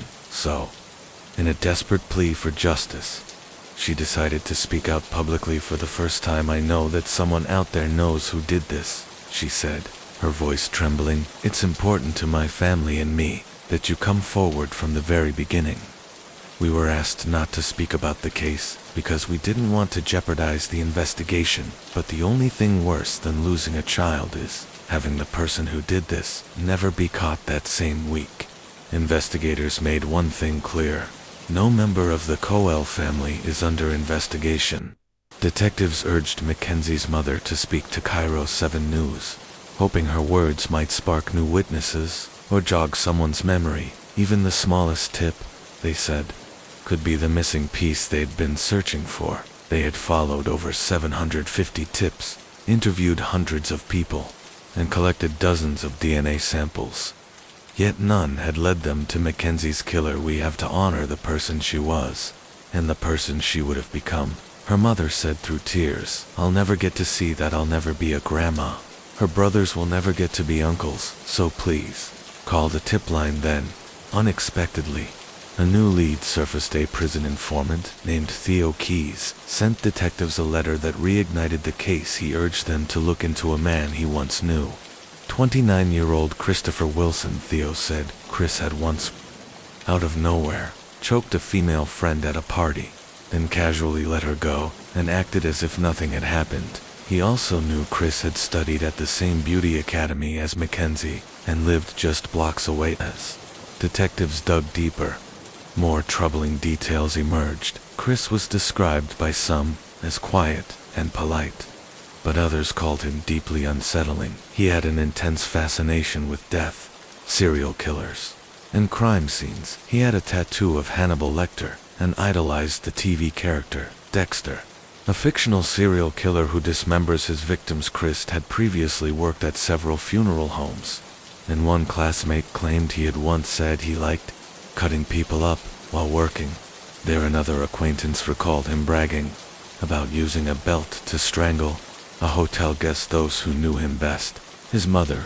and his best friend, insisted he wasn't dangerous. He's not perfect, his friend said, but he's kind, generous, a good person. They believed people only suspected him because he didn't fit in with his jet black dyed hair, tattoos, and eccentric clothing.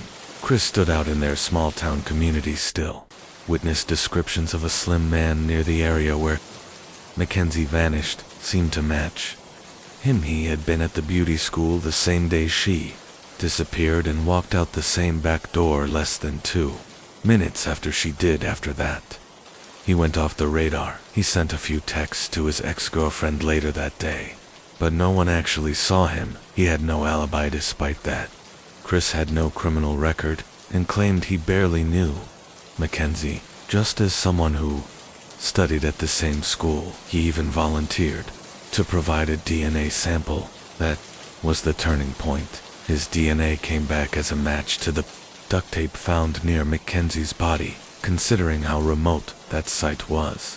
The odds of it being a coincidence were incredibly slim when detectives gave him the chance to explain how his DNA could be there. Chris denied ever visiting the area and said he had no reason to be there when they told him about the DNA evidence. He went silent and immediately asked for a lawyer. Investigators also noted how eerily similar Mackenzie's wounds were to the methods used by Dexter in the show. Chris idolized, particularly the attempt to cut off one of her arms with that. Detectives felt they had enough after 8 agonizing months with almost no progress. They finally made their move. Christopher Scott Wilson was arrested at his home, located beneath a hair salon, and charged with second-degree murder. Investigators confirmed that Christopher Wilson had attended the Academy of Hair Design at the same time as Mackenzie. Cowell's friends insisted she was never close with him. In fact, many who knew both of them described Chris as a seemingly normal, even kind person. He had even attended Mackenzie's memorial service, offering comfort to her grieving friends. So, when news broke of his arrest, Cowell's friends and family were stunned while they felt relief that an arrest had finally been made. They were also deeply shocked it was him. The task force emphasized that their work was far from over. Their next critical challenge would be uncovering a motive, something that still eluded them. Meanwhile, more searches were conducted at Chris's former apartment, and on his electronic devices, investigators discovered a dark, suspicious stain on his carpet. Chris had claimed it was just water from when he dropped a bong, but forensic tests revealed it was actually Mackenzie's blood, and there was a significant amount of it. This evidence confirmed what detectives had begun to suspect. Mackenzie had been killed inside his apartment. What remained unclear was how she had ended up there in the first place. She and Chris didn't appear to be friends on social media, and her father, Red, said she was not the type to go anywhere with someone she didn't trust. Did they speak more at school than anyone realized? Was she forced or lured there somehow? Investigators simply didn't know then. The case took another startling turn. Police announced a second arrest in connection to Mackenzie's murder. 22-year-old Tessa Maria, a friend of Chris's. She was arrested on suspicion of first-degree rendering criminal assistance and obstructing a public officer. Detectives said they had found photos on Chris's computer showing Tessa seemingly posing on the exact spot in his apartment where Mackenzie's blood was later discovered. Tessa told police she had no idea she was standing on a bloodstain. When Chris took the photo, investigators also uncovered a video Chris recorded while moving out of the apartment. In it, he could be heard asking Tessa if the place looked clean. She replied, and during the exchange, the camera zoomed directly in on the stained carpet. The same spot later confirmed to be soaked in Mackenzie's blood. Chris claimed the video was only meant to prove to his landlord that he had cleaned well enough to get his security deposit back. Later seized more videos from Tessa's phone, showing her walking through the same apartment while zooming in on areas where Mackenzie's DNA was later confirmed. Despite her arrest, Tessa insisted she had no idea what had happened to Mackenzie and posted bond shortly after. Ultimately, though, she was never formally charged. However, remained in custody on a $1 million bond, pleading not guilty when he appeared in a packed Chelan County courtroom. His mother broke down in tears, and she wasn't the only one standing by him. "He's innocent. I don't believe he did it," said one young woman who knew him, but did not want to be identified. She was among several who believed Chris had been wrongly accused. "I don't understand why he's being accused," she added, but others were baffled that anyone could defend him. Robin Jones, one of Mackenzie's close friends, was heartbroken. Mackenzie is the victim. She didn't ask to be abducted. She didn't ask to be brutally murdered and left on the banks of the Columbia River. Robin said she was only 17, an innocent, vibrant, exciting young woman. Investigators echoed that they still had evidence at the crime lab being processed and were continuing to interview people connected to Chris. What they didn't have was a motive. Some of Friends believed it wasn't personal, that she had simply crossed paths with someone sick and deviant, and tragically became easy. Chris's defense team worked aggressively to keep certain details out of court. Eventually, a judge ruled that prosecutors could not mention his previous work at funeral homes or his Hannibal Lecter tattoo, fearing it would unfairly prejudice the jury. Leading his defense was high-profile attorney John Henry Brown, known for representing infamous clients like Colton Harris Moore, the Barefoot Bandit, and even serial killer Ted Bundy. Brown's team argued that the case was corrupt and claimed law enforcement may have planted Mackenzie's blood on Chris's carpet. They even suggested the real killers might be Sam and Emmanuel, the same two people Liz had once implicated. Chris's mother supported this theory, saying she believed there was a conspiracy to frame her son. The defense also pointed out that Chris's DNA was never found in Mackenzie's car or on the knife recovered from her body. Retrieved for Sam and Emmanuel supposedly matched a ring Mackenzie was seen wearing in a photo, but prosecutors countered that there was no evidence of this. The photo's quality was poor, and those closest to Mackenzie didn't even recognize the ring. It was never produced as evidence. Still, prosecutors were confident. They escalated the charge against Chris from second-degree to first-degree murder, claiming his actions showed premeditation. If convicted, Chris could face up to 26 years in prison. Then, in April 2011, just as his trial was about to begin, Chris shocked everyone by rejecting a plea deal that would have given him only 6 years for manslaughter. Many were stunned, believing it was a remarkably lenient offer compared to the life-altering sentence he risked if found guilty at trial. But shortly afterward, Chris had a change of heart. He requested to accept the 6-year deal. After all, while he maintained his innocence, he said, surveys of potential jurors showed that most already believed he was guilty, meaning he would not get a fair trial. He claimed the odds were stacked against him from the start, and taking a plea seemed like his only chance. However, by then, the original offer was off the table. Mackenzie's family also wanted him to write a statement admitting what he had done if he took any deal in court. Chris read aloud, "This is my statement. I also did recklessly cause the death of Mackenzie Cowell by strangulation and by stabbing her with a knife." The judge asked, "Mr. Wilson, is that your statement?" "Yes." "And are those the things that you did?" "Yes." Despite this, Chris later insisted he didn't mean it, claiming he only said it as part of the plea agreement, and still believed he had been framed. Ultimately, Chris pleaded guilty to first-degree manslaughter, first-degree robbery for taking Mackenzie's phone, and assault in an unrelated case in May 2012, after being told the 6-year deal was no longer possible. Chris was sentenced to just over 14 years in prison, with credit for time already served. After the hearing, an extraordinary moment unfolded. Mackenzie's family and Chris's family embraced and expressed sorrow to one another. Both sides had lost something enormous, and Mackenzie's family showed remarkable grace. Chris later tried to withdraw his guilty plea at the Washington Court of Appeals, but his appeal was denied. Fast forward to late 2023, 43-year-old Christopher Scott Wilson was released from prison after serving about 11.5 years. Mackenzie Cowell was only 17 years old when her life was stolen, far too young.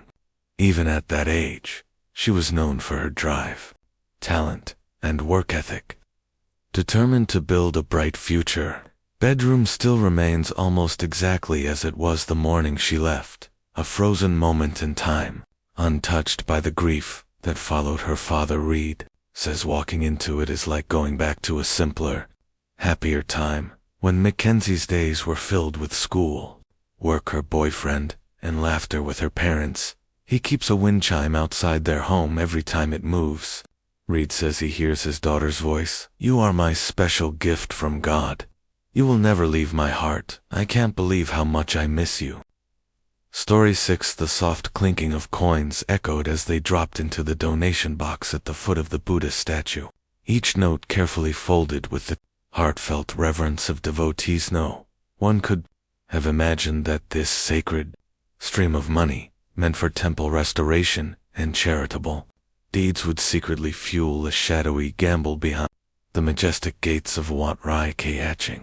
A staggering secret was brewing, and on a May morning in 2025, it erupted, shaking all of Thailand. Nestled in Nakhon Pathom province, in central Thailand, Wat Rai Kayaching has long been a revered and ancient temple, drawing countless locals and tourists who offer incense and prayers for blessings. This century-old sanctuary even houses a sacred relic, a replica of the Buddha's footprint, deepening the devotion of pilgrims. The temple's abbot, Venerable Pra Mahacharanith Bunram Katino, was not only respected for entering monastic life at just 12 years old and devoting over 5 decades to spiritual practice, but also for holding the prestigious role of head of Thailand's Sangha Region 14, a high-ranking position in the Buddhist hierarchy. Under his leadership, Wat Rai Kaching received abundant donations from devotees, who trusted their offerings would fund virtuous causes. Yet, behind the dignified image of the abbot blessing the faithful, a silent storm was brewing. Millions of baht in donations poured in with unwavering trust. But were they truly used to restore Buddha statues, cast bells, and aid the needy as intended? Or had a significant portion been secretly diverted to darker purposes? The answer began to surface through irregularities in the temple's financial records. By 2021, Thai authorities detected suspicious withdrawals from Wat Rai King's bank accounts. The temple maintained 7 different accounts across various banks to manage donations for renovations, statue casting, bill payments, and charity. Returned to layman status, formally disrobed in accordance with Buddhist monastic rules.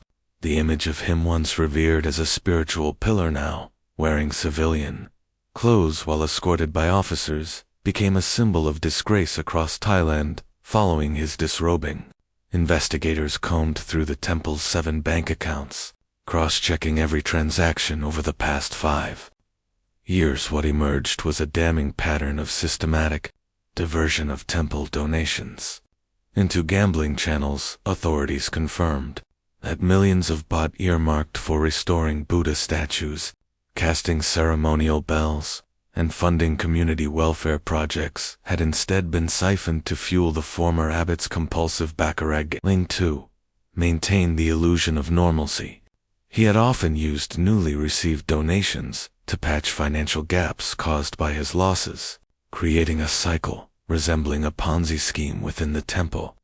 Even other monks he borrowed from had no idea their loans were being gambled away. With overwhelming evidence, prosecutors charged him with embezzlement, money laundering, and abuse of authority as a public official. These offenses carry severe penalties under Thai law, especially since monks entrusted with temple donations are legally regarded as stewards of public funds. As the legal proceedings began, public reaction was one of sorrow mixed with fury. Longtime devotees wept openly, struggling to reconcile the man who had once blessed their children and presided over sacred rituals with the man now accused of draining sacred coffers to feed a hidden addiction. Others called for sweeping reforms to ensure financial transparency in temples, including external audits and mandatory oversight committees. Meanwhile, the woman who had served as the gambling broker Aranoa Wangapan was rearrested and charged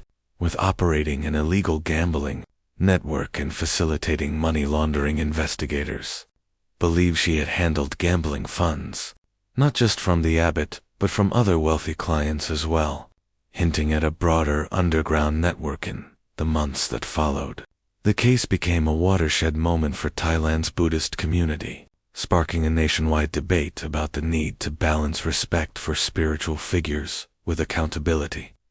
The golden spires of Wat Rai King Temple still stand tall, but for many, their gleam is now overshadowed by the memory of betrayal land, a painful reminder that even the holiest places can be tainted when power and temptation collide. After months of legal wrangling, the highly anticipated verdict finally arrived in December 2025. Thailand's criminal court for corruption and misconduct convened under heavy media presence. The courtroom was packed with journalists, devotees, and officials, all waiting to hear the fate of the once revered monk who had stood at the pinnacle of spiritual authority. The prosecution laid out its case with meticulous detail. Over 500 million baht, around 139 million USD, had flowed through the former abbot's personal and linked accounts, with at least 63 million baht, 175 million United States dollars, directly traced to online baccarat gambling. They emphasized how he abused his authority as the temple's head, systematically diverting public donations, meant for spiritual and charitable purposes, to sustain a secret gambling habit. Defense lawyers argued that some funds had been loans or private donations, and claimed bookkeeping errors created misleading figures. However, the paper trailed dozens of transfers directly to gambling platforms and to the broker. Aranawa Wangapan was too clear to dismiss. The judges ruled that the evidence showed a prolonged, deliberate pattern of embezzlement, money laundering, and abuse of official authority. They declared that the former abbot had betrayed the sacred trust of devotees and brought severe disrepute to the Buddhist clergy. He was sentenced to 27 years in prison, fined 10 million baht, and permanently barred from holding any religious office because he had been disrobed. He would serve his sentence as a civilian. The court also ordered the seizure of his personal assets, bank accounts, land, and luxury items valued at over 80 million baht, to be liquidated and returned to the temple's restoration fund. Meanwhile, Aranawa Wangapan was convicted as well. The court found her guilty of facilitating illegal gambling and laundering embezzled temple funds, sentencing her to 12 years in prison and a 5 million baht fine. The ruling sent shockwaves throughout Thailand for many. It marked a turning point. Temples across the country began implementing new oversight systems, including external audits and transparency boards involving lay community members. Religious authorities vowed stricter vetting and financial training for monks entrusted with large donations. Though Warai King Temple still draws pilgrims, its once pristine reputation has been scarred. Yet locals hope that out of this scandal will come long overdue reform, ensuring that future donations are safeguarded, and that faith will no longer be betrayed in the shadows. Thai media outlets flooded the airwaves with round-the-clock coverage, dissecting every twist of the saga. Editorials called it one of the gravest moral crises to hit the Sangha in decades. Analysts highlighted how the scandal had flourished under a veil of reverence and unchecked power, warning that blind faith without accountability can breed corruption. The nation watched in disbelief as the temple that once symbolized serenity became the center of a storm. Public opinion split into two camps. One group seethed with outrage, demanding sweeping reforms to dismantle the culture of impunity that had allowed the fraud to fester. The other urged restraint, pleading for people to separate the actions of one fallen monk from the core of Buddhism itself. Authorities, keenly aware of the growing public distrust, promised rapid and decisive reforms. The Supreme Sangha Council announced the launch of a nationwide audit of temple finances, deploying independent accountants to scrutinize donations and expenditures. The government pledged to introduce new laws requiring temples to maintain detailed public financial records and submit annual reports to the National Office of Buddhism. These unprecedented steps aimed to prevent any single monk from controlling vast sums of money without oversight. At the heart of the scandal, the former abbot's reputation lay in ruins. Once celebrated as a spiritual guide, he was now branded a symbol of greed and hypocrisy. His former aide, Ekit Fukang, once known as Framaha Ikapatolso, became a cautionary tale. Investigators accused him of helping disguise the illicit money trail, and though he claimed ignorance of the gambling link, his role in facilitating massive cash transfers drew public scorn from many Thais. The revelations were more than a financial betrayal. They struck at the emotional foundation of their faith. Monks are seen as living vessels of Buddhist virtue, and the image of one secretly draining sacred offerings into online casinos shattered that ideal. Yet, Amid the disillusionment, senior monks and religious leaders urged the faithful not to abandon their beliefs. The Dhamma is pure, even if some who wear the robe are not, one prominent monk told national television, calling on devotees to channel their anger into constructive reform rather than despair. The Wat Rai King scandal, once unthinkable, has now become a watershed moment. It exposed how reverence without transparency can breed rot. But it also galvanized a movement to safeguard the faith across Thailand. Temples are beginning to open their books, inviting lay committees to oversee donations, and reaffirming that spiritual trust must be earned, not assumed. As the saffron robes once worn by the disgraced abbot now lie folded and abandoned, they serve as a sobering reminder. Even sacred cloth cannot shield those who betray the very teachings it represents. Investigators delved deep into Frodemic Watt's past, uncovering the full extent of his criminal descent. Painful revelations emerged, stories of him borrowing money from fellow monks just to gamble, and of calmly performing sacred rituals while secretly siphoning temple funds. These disturbing details ignited public outrage across Thailand. Scandal also stirred memories of recent financial controversies within Thai Buddhism. Just last year, the former abbot of Wat Phramakiri Phrajan Korm was sentenced to a symbolic 468 years in prison for embezzling nearly 83 million United States dollars in donations, while Thai law caps the actual time served. The staggering sentence was meant to send a clear message: corruption in the monkhood would not be tolerated. Yet even this precedent failed to deter Frodemic Wator, others like him, from their downward spiral after his arrest. Frodemic Wat shed his monastic identity, reverting to his lay name, Yemen, while his broker, accomplice Oranoan, was also taken into custody. Both were transferred to Bangkok for further investigation.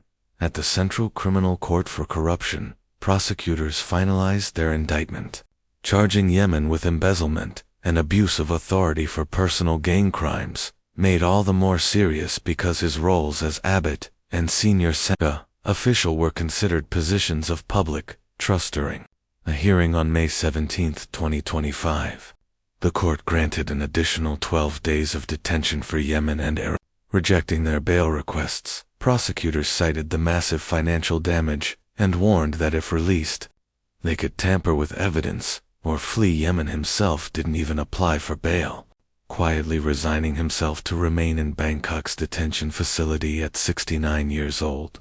Stripped of his monastic robes, reputation, and freedom, he seemed to accept that a harsh sentence was inevitable. As of June 2025, the case remains under active investigation. Thai police are continuing to trace assets and follow money trails, expanding the probe to other possible figures within the network. Within the same, Yemen's former titles abbot of Wat Rai King and head of region 14 have been temporarily reassigned to other monks to stabilize local religious life, though devotees still come to pray.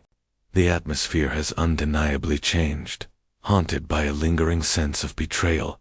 If convicted, Yemen Kronko faces a severe penalty, given the precedent of the 468-year sentence for a similar sum. He could receive a symbolically massive term as well, though Thai law would cap his actual time served. It's almost certain that he will spend the rest of his life behind bars. For a man who devoted nearly his entire life to monasticism, this is a bitter, costly reckoning, a fitting end for one who betrayed the values he once preached. The saga of Frodemic Wat is a tragedy on many levels: the fall of an individual, the wounding of a community's faith, and the corruption of sacred donations. On a deeper level, this case sounds an alarm for Thai Buddhism. When wealth and worldly power infiltrate the spiritual realm without transparency or steadfast virtue, even those in saffron robes can succumb to temptation for society. The Wat Rai King scandal is both a shock and a chance to rethink where trust is placed. As one frustrated netizen wrote, rather than blindly tossing money into donation boxes, people should support hospitals or schools, or at least demand transparency from temples. Yet many Buddhists hold fast to hope, insisting that one fallen monk should not poison faith in the Dhamma itself. Calls to avoid blanket condemnation reflect a belief that, after this scandal, Thai Buddhism can purify itself and emerge stronger, and so this case nears its conclusion. The haunting image of sacred donation symbols of devotion away at the altar of gambling will echo in Thailand. For years, the Wat Rai King affair will eventually end with sentences for the guilty, but its lesson will linger, a reminder about vigilance against greed, about the necessity of transparency in all institutions, and above all, about trust. Trust must be placed wisely, guided by reason, not blind devotion. Only then can sacred offerings truly bring light to the world, rather than be lost to the dark gambles of stories like this one. As the rain falls softly and the night grows deep. Thank you for joining me here on Crime Whispers. True crime stories remind us of life's hidden mysteries and of the importance of staying aware, even as we seek comfort in the quiet of the nights. So let the rain carry you gently to sleep, and until we meet again, stay safe, stay curious, and let the night watch over you.